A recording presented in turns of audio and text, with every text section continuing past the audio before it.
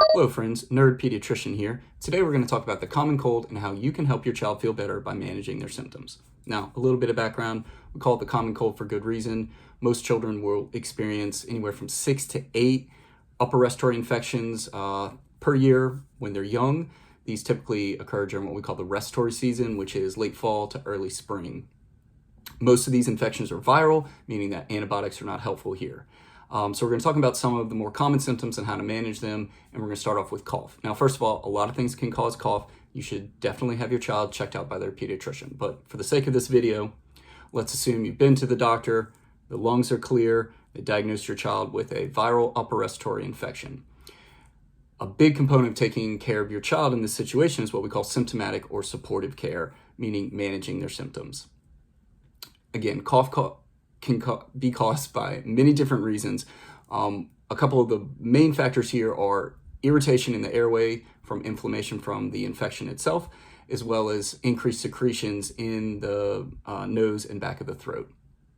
If your child is very young, they obviously can't blow their nose, so you're going to be relying on a nasal aspirator or bulb suction like this. These are old school. You can find them everywhere.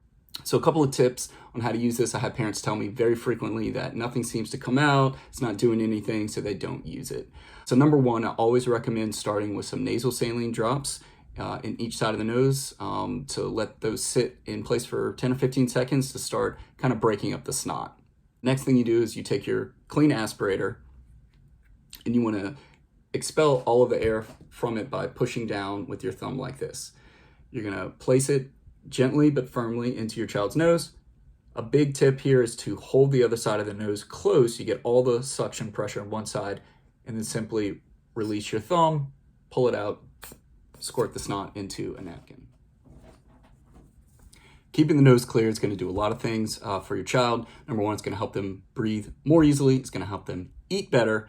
And also it's going to help to control the cough. So a lot of times when I tell parents of my patients, when I'm explaining where that cough is coming from after I've examined the child and they have, in fact, clear lungs, is I talk about the nasal congestion. So the snot is going to live up here in your nose and it's got to come out one way or the other. So if we're not blowing it out or suctioning it out, it's going to drip down the back of the throat, and that causes what we call postnasal drip, which can be very irritating with all the secretions, and the body's natural reaction is going to be to cough to try to clear the airway.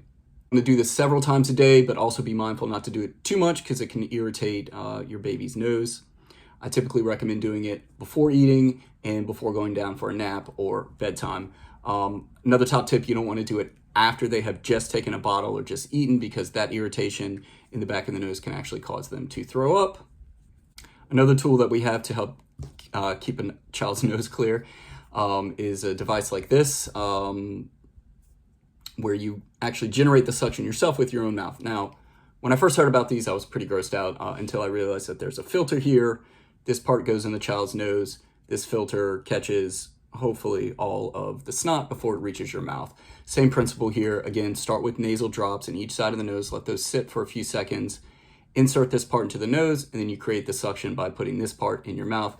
Again, you always want to hold the opposite side of the nose closed so you get as much suction as possible. Once your child's a little bit older, you can start working with them to learn how to blow their own nose. Now, it seems like a simple skill to us, but this is a kind of a complicated task for kids. I've read things that said that children as young as 2 can learn to blow their own nose. In practice, I've never seen a 2-year-old blow their own nose in my patients or my own children. But I think the age 3 to 5 is a good time to start teaching them. And it's great to teach them when they're not sick. They're feeling better, they're a little more cooperative. 2 steps to this. I like to walk through it like this. So the first thing is teaching them just to blow out of their mouth. Hold a tissue above their mouth and teach them to blow through their mouth, because that's a little bit easier for them just to understand the concept of moving air away from them.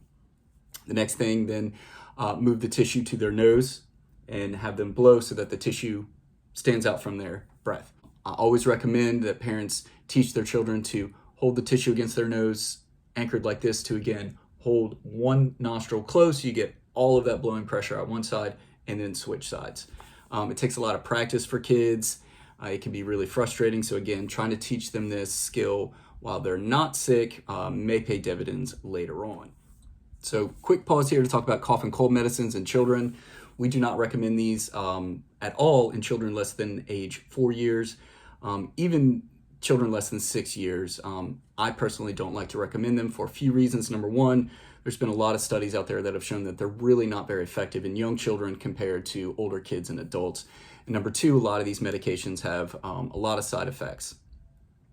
So there are some other lower tech kind of home remedies that can help. So number one is drinking a lot of fluids to help that mucus thin out, again, so it's easier to get out the nose. Also, you can give them warm and clear liquids to soothe their throat. Honey is actually great treatment. It sounds very old school, but until I had my own children and saw it in action, I never realized that it is actually very effective. Now, quick warning, children less than 12 months of age cannot have honey. There's a potential risk of botulinism. Using a humidifier can also help your child with their congestion and cough symptoms, and is an easy and safe thing to do. Now, another important part of managing your child's symptoms is control of fever. Now, fever is the body's natural response. It tells us that the body is working to fight off an infection.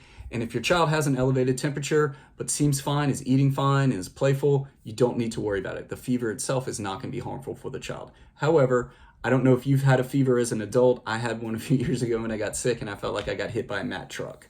It can definitely make you feel run down and just really terrible. So if that's the case, giving medications like Tylenol or acetaminophen or ibuprofen can help bring that temperature down. Children less than 6 months cannot have ibuprofen. Be very careful when you're administering these medications. They are both very safe medications. However, giving just a little too much over time, over several days, can cause major problems in a child. So always read the box and the dosing instructions carefully. If you have any questions, talk to your pharmacist, talk to your pediatrician. Be very careful with those medications. So when I'm speaking with parents with a child with an upper respiratory infection, especially a young child, I always think about the two major things that I'm worried about, which are breathing and eating. And if both of those things are going fine, then we're much less worried about the child. But I tell the parents to watch out for these two things. If your kid's fluid intake has decreased dramatically, they don't want to go to the breast or suck on the bottle or drink from a cup, and you notice that their wet diaper count is dropping down, that's a concerning sign that you should talk to your doctor about. And then the other thing is always just monitoring how fast they're breathing. If they're having what we call increased work of breathing, where they're breathing fast, struggling to breathe, you can see their ribs popping out, or what we call retractions every time they breathe. If your child is doing that, it's very important to get them to medical attention right away.